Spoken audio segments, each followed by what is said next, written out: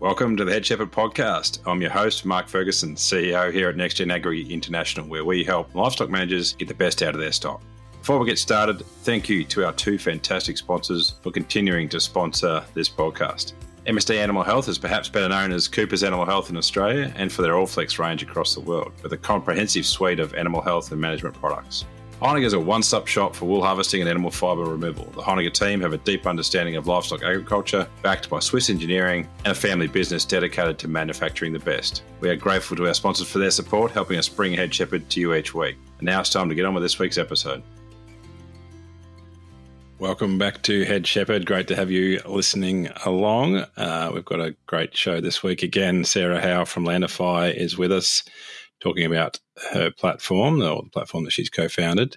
Before we get into that, this week you'll find on the Hub Breeding Cattle for Environmental Efficiency, an article written by Georgia Pugh out of Western Australia. So yeah, if you're into your cattle genetics, that's a great read, which you can find on the Hub. I highly recommend you jump on the Hub, have a look around. Again, that's a free place for you to access information. We're writing an article every week in there, and great opportunity to get in there and provide your comments and thoughts as well. We'll get underway with this week's show.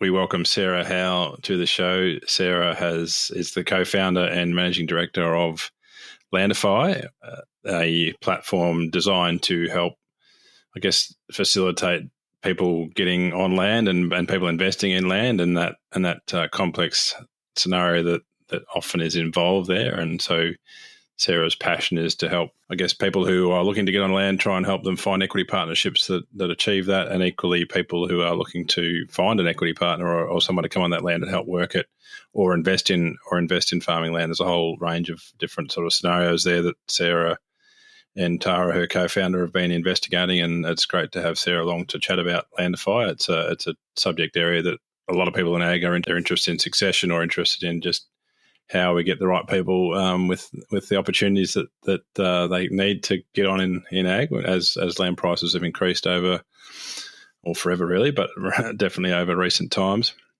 Sarah's the third finalist from the Zanda McDonald Award New Zealand edition. So we've interviewed previous two in the last few weeks, and so Sarah's the third that we've interviewed. So they're all off to the Gold Coast in about a week's time when this interview goes to air, and to find out which of the three will be crowned the New Zealand winner of the Zanda McDonald Award. The other three finalists, the Australian finalists that we haven't interviewed yet, but we'll get to that over the next little while as well.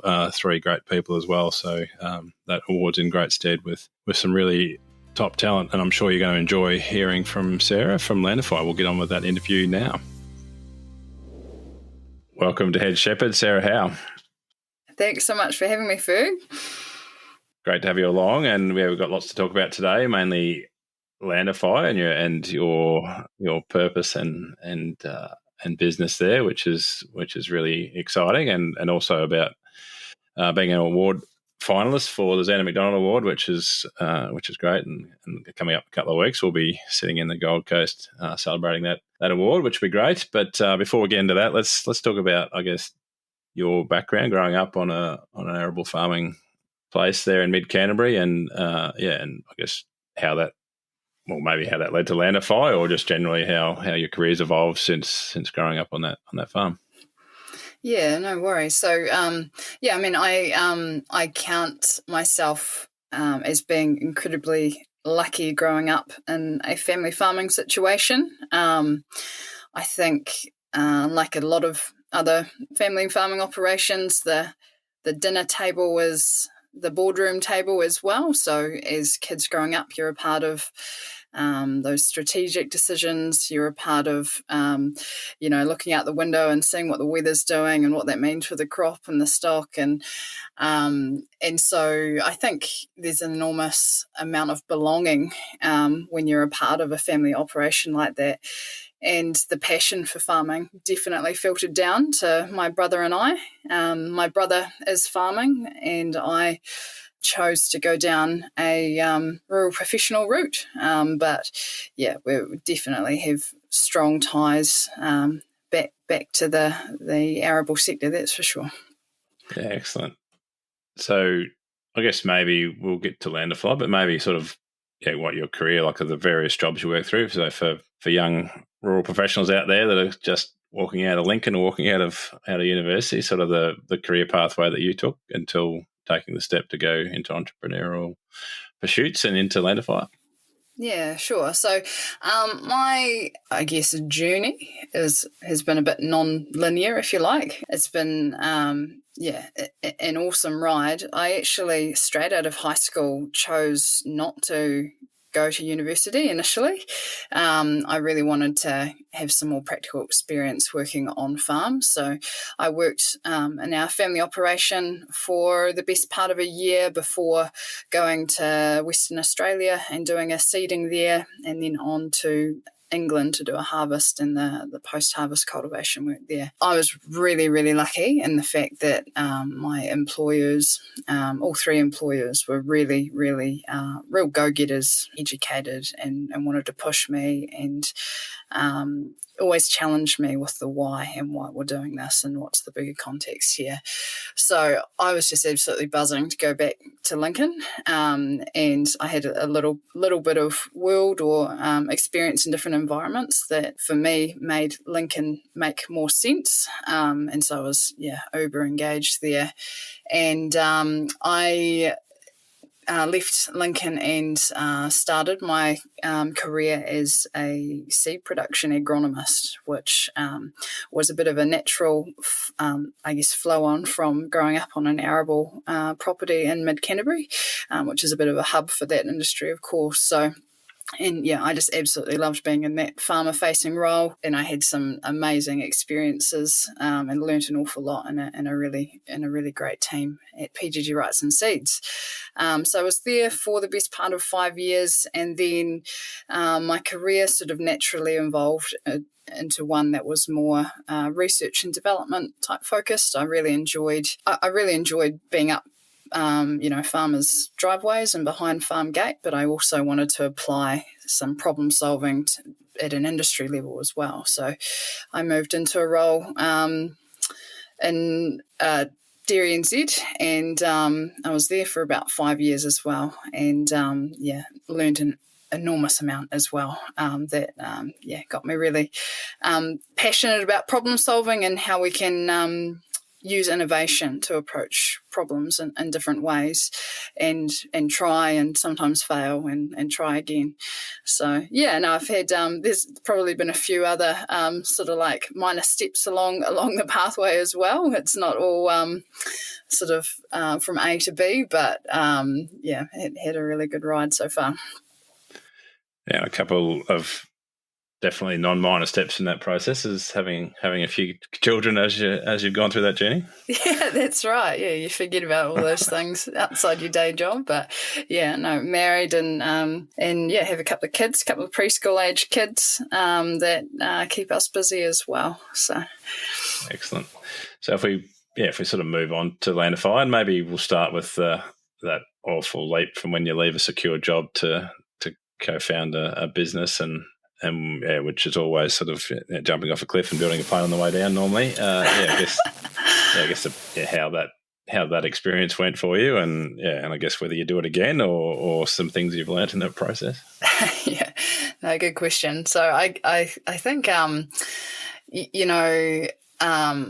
learnt a lot of problem solving techniques at Dairy NZ, and I really wanted to apply some of those techniques to a problem that's close to my heart, and that's one of, how do we actually create more pathways to farm ownership for younger people in the sector, especially at a time when we've got, a huge swath of farmers looking at ways that they can step back from farming. And so I sort of, along with my friend and co-founder Tara Dwyer, we've sort of been cultivating this idea for a platform-based solution for a while now. It was an idea that we hadn't been able to put to bed, but it took a bit of bravery to actually step away from, a pretty well paid, pretty rewarding, an awesome team that I was in at Dairy NZ, and I liken it a little bit to, when you're running lambs through the yards and you've got lambs that are balking you're trying to push them through a gate, and they balk and they balk and they balk, and then they run and they take this massive leap, and then they realise there was actually nothing to worry about anyway, and things are actually pretty much the same on the other side. So I definitely liken that kind of scenario, the balking and the leaping, to my entry into building a business for myself. It definitely took a little bit of bravery, and I think especially since Landify has a bit of public profile as well. So with that comes expectations, and in our case, we're really lucky that's come with an enormous amount of support as well for what we're trying to do. So we're happy to have made the decision, and we're going to continue to work really hard to try and provide value for the people that we serve. Yeah, and I think like this subject or the subject area of Landify, or the problem it's trying to solve, is probably the most one of the biggest ones getting around in ag, and one that's probably connected to the most emotion as well. It's people that are desperate to get on to farm and trying to find a way to scrape together enough cash or do something so they can start to farm in their own right. And then you've got the other end of the spectrum where people are trying to get out or trying to work out what that next step for them looks like when they're someone tells them to get off farm. And obviously that's a pretty emotional thing for that end of the spectrum as well, having done that for them most of their life, in lots of cases all of their life. So yeah, it's an area that where lots of delicate chats would be required, no doubt. Maybe if we just sort of go through maybe what Landify is, and obviously we'll put links and stuff in the show notes and people can go and check it out. But yeah, I guess the problem is clear, trying to get that different pathways or different ways that people can move through land ownership or farm ownership. But yeah, maybe just how you've gone about it and what that looks like currently. Yeah, cool. So for those of you who haven't heard of Landify, Landify is a listing platform where established farmers, younger farmers, and investors can privately explore farming partnership options, such as lease, equity, or farm ownership pathway arrangements.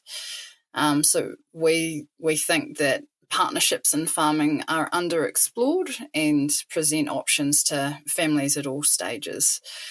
We exist to allow more farmers and investors alike to feel like they have options to explore to realise their goals. So how it works is actually really simple. Effectively, what we've built is an e-newsletter.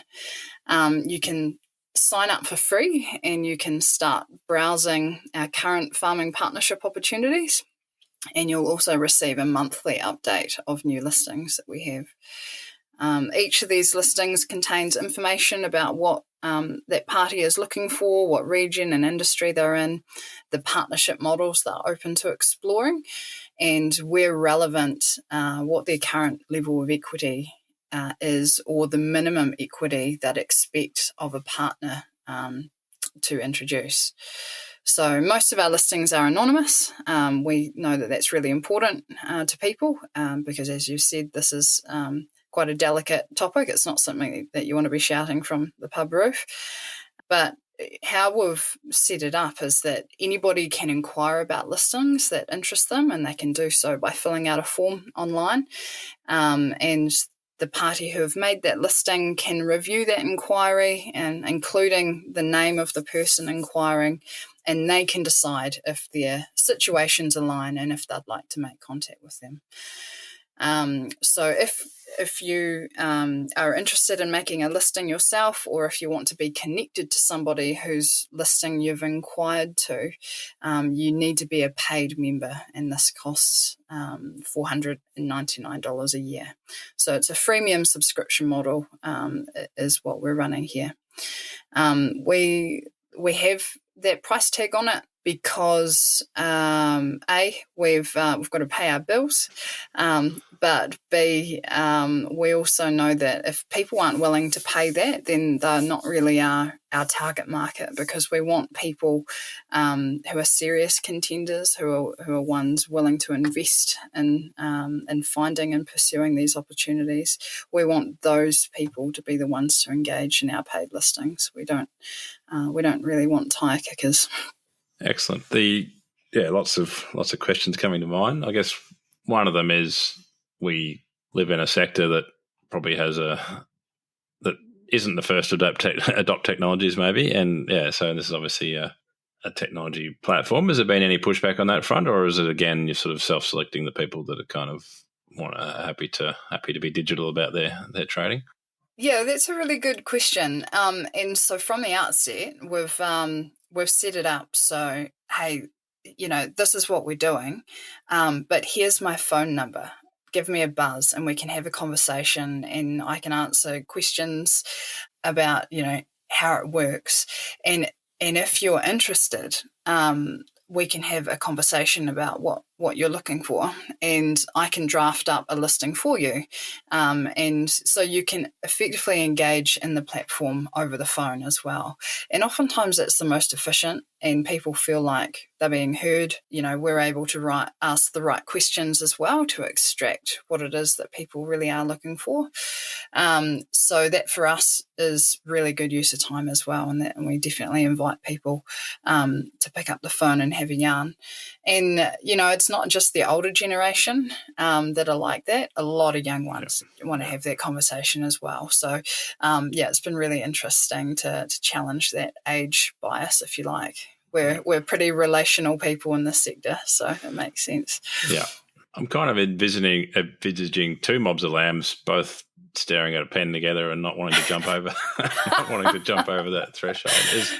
Is how much of I don't know. I was thinking if it was me, I'd want to almost need a negotiator in there, not a negotiator, but someone to help you structure that conversation to be useful, and because this is the kind of thing you only get to do once or twice in your life. It's not like you get good at it because you're only ever having these chats very rarely. Is that part of the business model, or is it sort of just trying to link them up and see how they go?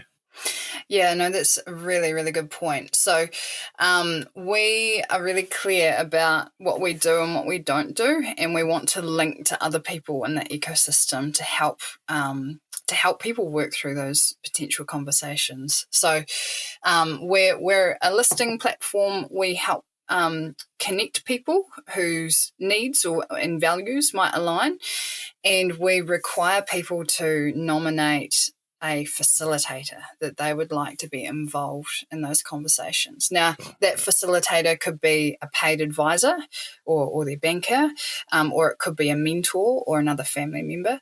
But we learned really quickly that where you just simply connect to people and sort of wish them luck, that conversations dead end really quickly. So we're not the right people to be driving those conversations, and we think that it's better that people get to choose who drive those conversations. So that's how it works now. Yeah, excellent.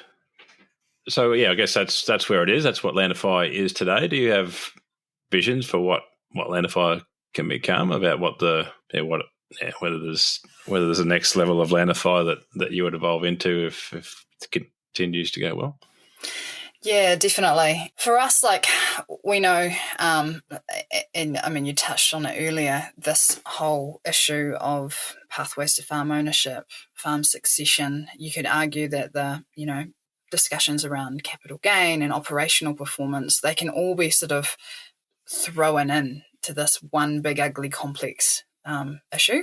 And what Tara and I have tried really hard to do is actually strip back that complexity and say, okay, what's going on here? How can we actually have an influence? What Landify, the platform, is doing today is it's connecting people, because we feel like there is a lack of connectivity between potential partners in the market that happens, or I should say that the connectivity that does happen today relies on our informal networks, and we've introduced a platform to disrupt that reliance on informal networks. But we're really realistic that connectivity alone is not going to solve the problem, or the problems that we're staring down the barrel of.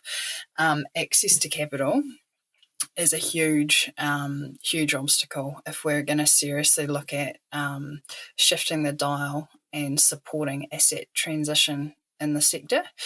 So for us, the next phase is looking at how we can be a connector in that space, and how might we allow really high-performing younger farmers, for example, access novel sources of capital.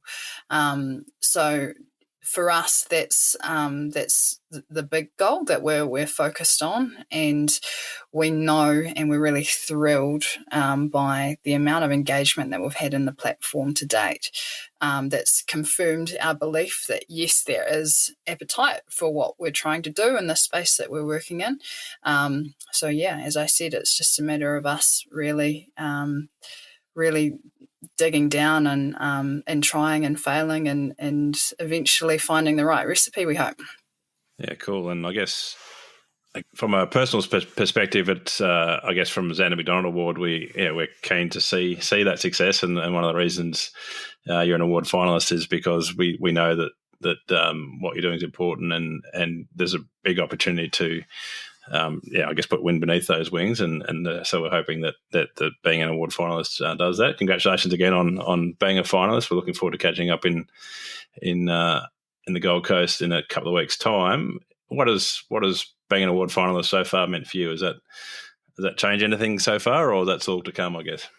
Oh no, definitely. I mean, the Zanda McDonald Award team have done a really, really good job of creating a community around the award. So for a number of years, I've always, I've watched the finalists come through, and you see the caliber of some of these people, and it's awesome. It's just awesome, the people that have gone through it, and at the end of the day, it doesn't matter who wins it necessarily. I think it's just awesome the collective of all the finalists and stuff. So I'm just thrilled and blown away to be a part of it, really. I mean, the visibility of it is something that I underestimated. I've got people in my local town congratulating me who I wouldn't have thought even knew who I was, or knew who what the Zanda McDonald Award was. So it's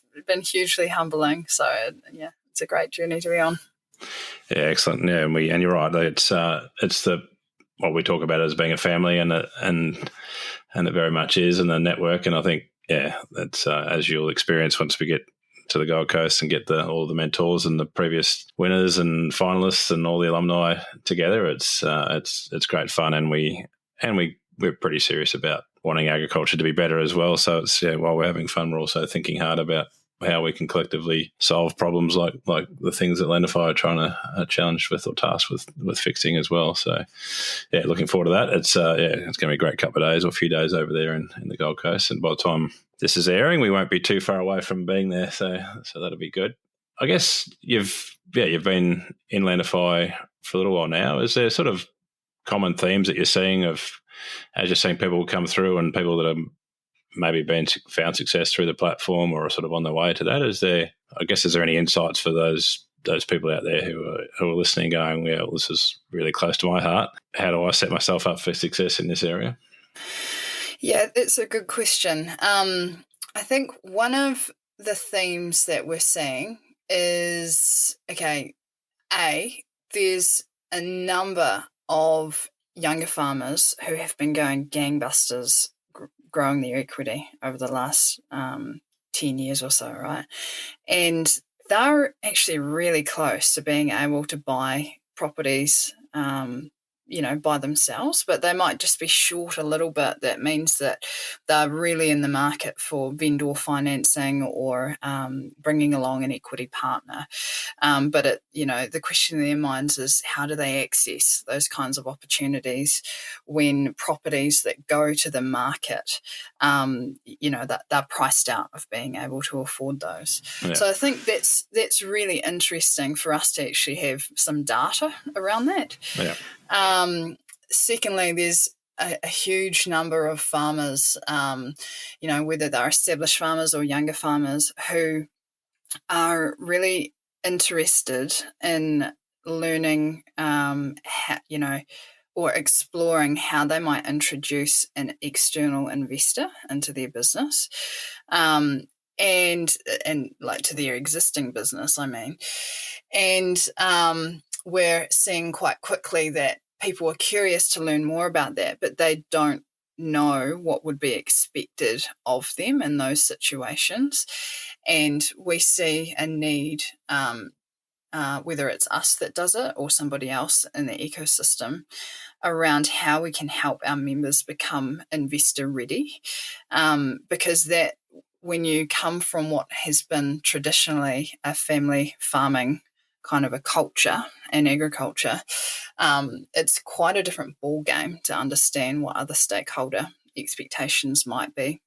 The dairy industry, of course, has a few more models that have been pretty well established, but certainly in dry stock industries and in mixed cropping sector as well, that's something quite different. So that's something that we're really curious about, and want to learn more about and see what we can do to support. Along with the appropriate partners in the system, right? We're not experts about anything. Yeah, I guess they're kind of business skills that would do you well, regardless of whether you're looking to get an investor or not.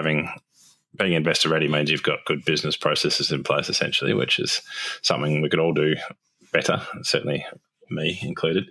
So there's certainly a significant need there, and I think we've probably seen that over the last 12, 18 months in the extensive livestock sector, where for the first time in a little while we've had cost of production above what we were receiving, and so a lot of people looking hard at businesses, and something we kind of quite focus on now is helping people, start to put some of those businesses processes in place, because it's going to be pretty critical for success in what maybe a sector that you could get away with a shoebox full of receipts and send to the accountant or whatever back in the day, but that's sort of probably long gone now, and lots of opportunity to do things better on that front.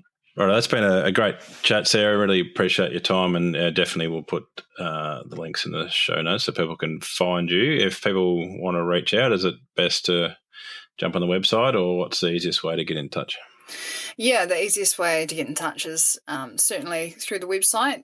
You'll see my personal contact details there as well, so do feel free to pick up the phone, have a yarn, even if you're not ready to make a listing or start exploring yourself. We love to make connections with people and understand where they're at. And we're thrilled. We've had in the 5 months since we launched, we've had over 1,200 people sign up now, we're really thrilled with the mix of people that we've had sign up as well. We've had around 30% of our sign-ups are established farmers looking at ways to step back. 60% are looking for equity growth pathways, and a whopping 40% of the total are also interested in how they might be an investor in a farming operation as well.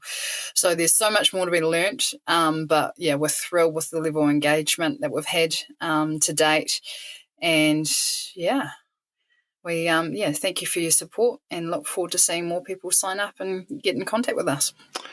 Excellent. Just quickly, geography, is it limited to Aotearoa, or is it everywhere? At this stage, we are just operating in New Zealand, where there is a box to tick if you're outside of New Zealand. We're seeing that it's mainly people who might be looking at coming home one day who are ticking that box. But certainly there could be, going forward, there could be investors, looking to make connections as well. Is there any reason it wouldn't work over the ditch? There's certainly no reason why it wouldn't work. I know that there have been similar initiatives launched in Australia. We really want to make sure that we prove the concept here first before we look at taking it anywhere else. Righto, last question for today, and I did give you a little bit of prep, but not very much. What's the last thing you changed your mind about? You gave me a little bit of prep, but I've been concentrating for the last 20 minutes pretty hard. I haven't had much chance to think about it. But yeah, something I definitely changed my mind about today was what shirt to wear, because I just wasn't sure if you were going to be videoing this or not. And I've had that before where I didn't unknowingly have been recorded and it's been on social media. And, luckily I wasn't looking too rough that day. But I'm not. You made a good choice because this will be going out on socials, although I'm looking pretty rough, but anyway, people are used to that by now. But excellent. Thanks, Sarah. Looking forward to catching up in a very short while in the Gold Coast for the Zanda McDonald Summit. There's going to be a great few days of learning and most importantly, networking and chatting. So look forward to that. Cool. Thanks so much, Ferg. Really appreciate you taking the time. Thank you. Thanks again to Heineken, who are proud world leaders in the manufacturing and supply of professional sheep shearing and clipping equipment. Thank you to MNSD Animal Health and Norflex Livestock Intelligence. They offer an extensive livestock product portfolio focused on animal health management, all backed up by exceptional service. We thank both of these companies for their ongoing support of the Head Shepherd podcast.